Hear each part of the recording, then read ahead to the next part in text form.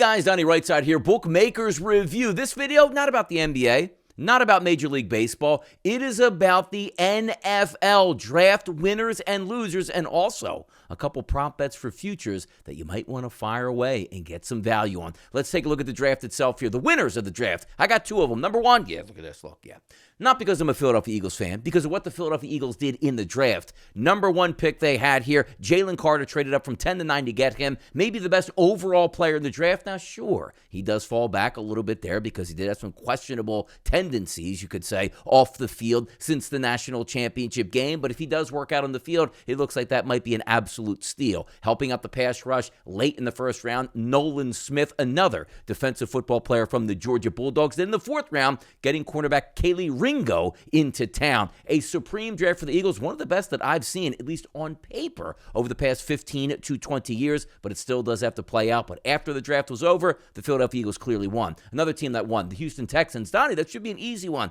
No, it shouldn't.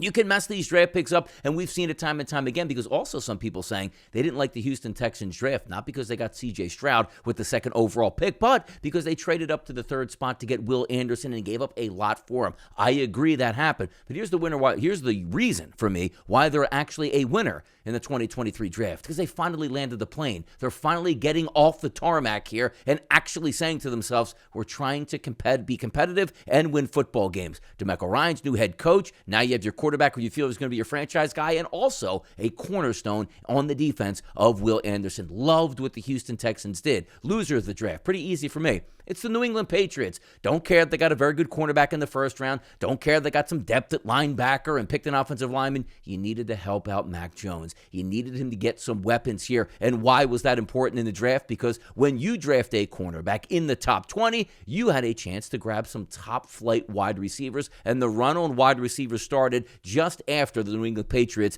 drafted in the 17th spot. 20th was Jackson Smith and Jigba. 21st was Quentin Johnson. 22nd was Zay Flowers. And 23rd was Jordan Addison. Any one of those players really would have helped out the progress of Mac Jones, but Bill Belichick does what he does, and that's why the New England Patriots are projected to finish dead last in the AFC East. Now, if we're taking a look at some futures here, post-draft, what makes sense? You know who else was technically a winner in the draft? By far, the Baltimore Ravens locked up Lamar Jackson. Now you have Jackson at quarterback. You have Dobbins in the backfield. You have Odell Beckham Jr. on one side. You draft Zay Flowers in the first round, a talented wide receiver from Boston College. And you still have Rashard Bateman, the talented young wide receiver from Minnesota that needs to prove himself and probably will do it this year with all those weapons. And oh yeah, did I mention that you already had a solid defense and Mark Andrews, one of the best tight ends in football? I love the Ravens this year. They are going to win the AFC North. The price for that, plus 260. Second one I'm looking at here as a future bet, also to win the division, and also at the same price at a plus 260. How about this?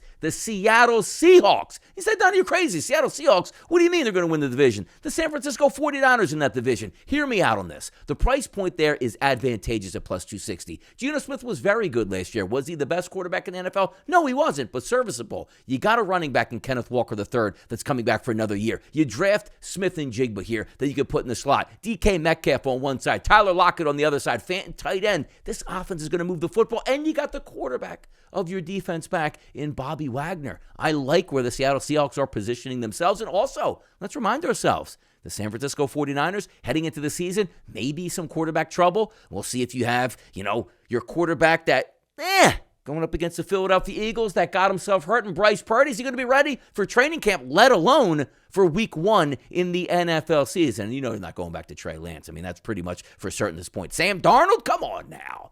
Let's go, Seahawks. Plus 260 price makes some sense. So, draft winners, draft losers, and a couple of prop bet futures that you can bet right now. The NFL, looking at my clock, I know we're off the clock in the draft, but my goodness, it's getting closer and closer by the day for the regular season. I'm Donnie RightSide for Bookmakers Review, and as always, good luck on those wagers.